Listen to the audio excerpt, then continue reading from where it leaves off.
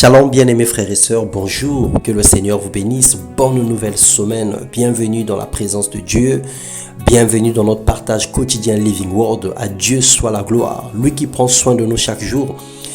Il éloigne de nous les traits enflammés du diable, il veille sur nos vies et nous garde au centre de sa volonté. Sa main omnipotente nous touche et nous guérit de toute infirmité. Le Seigneur fait chaque jour des choses nouvelles en notre faveur, il nous bénit et il prend soin de nous. Que son nom soit glorifié et nous devons en être reconnaissants. Ce matin, nous allons partager la parole de Dieu. Le thème de notre méditation, la balance fausse, donc justice et intégrité. Dans les Proverbes, le chapitre 11, les versets 4 à 6, il est écrit « Au jour de la colère, la richesse ne sert à rien, mais la justice délivre de la mort. La justice de l'homme intègre aplanit sa voie, mais le méchant tombe par sa méchanceté. La justice des hommes droits les délivre, mais les méchants sont pris par leur malice. » Mon frère, ma sœur, le fruit de la justice sera la paix. L'effet de la justice sera la tranquillité et la sécurité à tout jamais. Voici ce que vous devrez faire, dit la parole de Dieu. Que chacun dise la vérité à son prochain en rendant une justice conforme à la vérité, une justice qui engendre la paix. Désirons d'être trouvés justes par Dieu, non pas avec une justice que nous aurions acquise en obéissant à la loi, mais avec la justice qui vient de la foi en Jésus-Christ et que Dieu accorde à ceux qui croient en lui. Une justice par la foi. Il ne s'agit pas d'aligner des situations. Il ne s'agit pas de faire la comptabilité ou de faire la gestion de quoi que ce soit.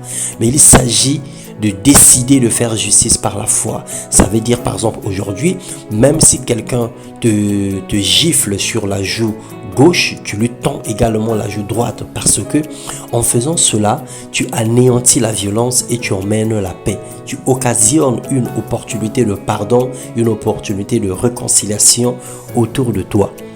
La Bible déclare dans 1 Roi 3, le verset 9, « Veuille donc donner à ton serviteur l'intelligence nécessaire pour administrer la justice pour ton peuple, afin qu'il sache discerner entre le bien et le mal.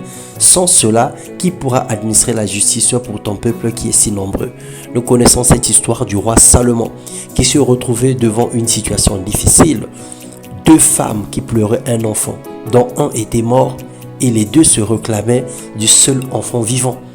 Et il était question de trouver la solution par rapport à cette situation.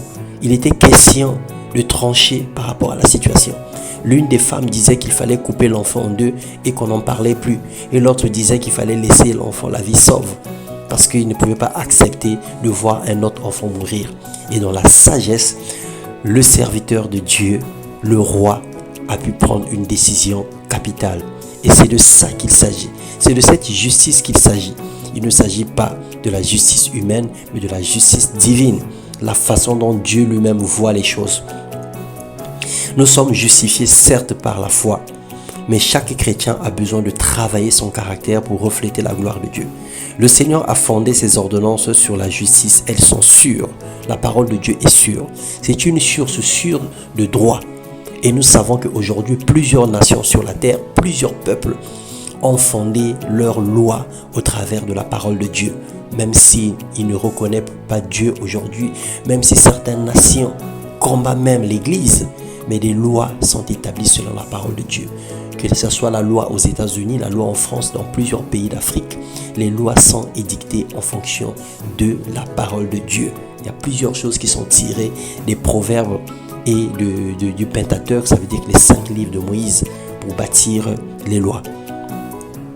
Ceux qui lui appartiennent, c'est-à-dire que les enfants de Dieu, doivent également avoir les principes fondés sur la justice. Quand un roi rend justice aux pauvres, sans partialité, son trône est affermi à jamais. Le Seigneur a besoin que nous soyons impartials. Le Seigneur ne veut pas que nous ayons des partis pris, que nous marchions en fonction des coutumes, en fonction des ethnies. Mais le Seigneur veut qu'on fasse droit à quiconque mérite, à quiconque a besoin, à quiconque est dans l'obligation de l'obtenir. Celui qui vit ainsi sera béni par l'Éternel, car Dieu aime la justice et la droiture. et son amour remplit le cœur des hommes intègres et des femmes intègres. Alors bien-aimés frères et sœurs, soyons intègres.